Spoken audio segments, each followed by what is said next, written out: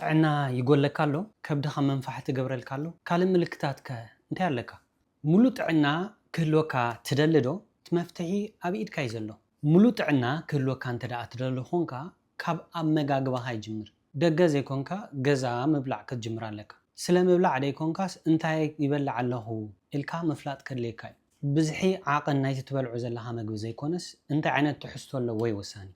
ምክንያቱ ጥዕና ካብ ኣመጋግባ እዩ ዝጅምር ሎማዓንቲ እንታይ ዓይነት ምግቢ ኢኻ በሊዕኻ ምናልባት ኣነ ሎማዓንቲ ኣዳልዮ ዘለኹ ምሳሕ ነዚ ይመስል እዚ ምግቢ እዚ እንታይ ተባሂሉ ይፅዋዕ ክሊን ተባሂሉ ይፅዋዕ ምክንያቱ ኩሉ ዓይነት ትሕዝቶ ስለ ዘለዎ ኣብዚ ራይስ ኣለና ኣብዚ ኤግስ we have some avocados mixed veg ኣብዛኻ chicken ኣለና ንስኻ እንታይ ዓይነት ምግቢ ኢኻ ትበልዕ ዘለኻ ከምዚ ጥዒቲ ኣደ ጥዑይ ዕሸል ዝበሃል ንስኻ ድማ ሙሉእ ጥዕና ክህልወካ እንተደኣ ደሊኻ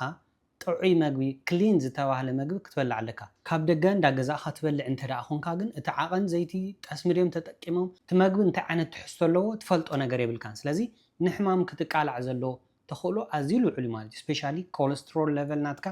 ሃይ ክኾን ምክንያቱ እቲ ዝጥቀምሉ ዘይቲ ኣዝዩ ብዙሕ ስለ ዝኾነ ስለዚ ሙሉእ ጥዕና እንተደኣ ክህልወካ ትደሊ ኮንካ ካብ ሎማዓንቲ ጀሚርካ ኣመጋግባኻ ክትዕርለካ ብተወሳኺ ድማ